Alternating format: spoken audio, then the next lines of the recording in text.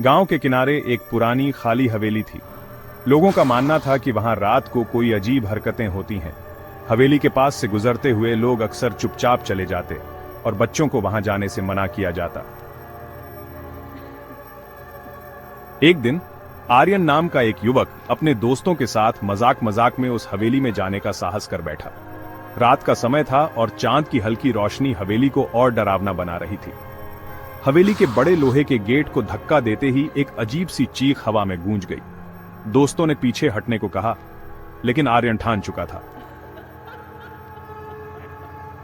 वह अंदर दाखिल हुआ। दीवारों पर धूल की मोटी परत, टूटे हुए फर्नीचर और खिड़कियों से छनकर आती ठंडी हवा माहौल को और डरावना बना रही थी। अचानक उसे लगा कि कोई उसके पीछे चल रहा है। वह मुड़ा, लेकिन वहां कोई नहीं था। जैसे ही वह सीढ़ियों से ऊपर चढ़ा, एक पुरानी तस्वीर उसके सामने गिर पड़ी। तस्वीर में एक औरत थी जिसकी आंखें आर्यन को घूर रही थीं। तस्वीर के पीछे एक संदेश लिखा था, जो यहां आया वह फिर कभी नहीं लौटा। आर्यन ने डरते हुए तस्वीर को उठाकर एक कोने में रख दिया। तभी अचानक उसके कानों में धीमी धीमी सिसकियों की आवाज आने लगी। वह आवाज सीढ़ियों के नीचे से आ रही थी। डर के बावजूद उसने अपनी टॉर्च जलाकर नीचे देखा। वहां एक छोटी सी लड़की बैठी थी, सफेद कपड़ों में, सिर झुकाए हुए। आर्यन ने धीरे से पूछा, तुम कौन हो?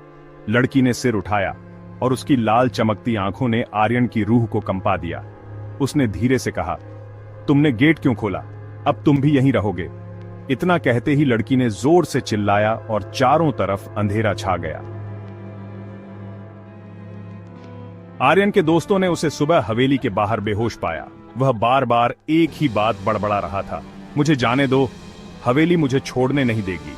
आज भी गांव वाले उस हवेली के पास जाने की हिम्मत नहीं करते। कहते हैं जो वहां गया उसका हाल आर्यन जैसा ही होता है।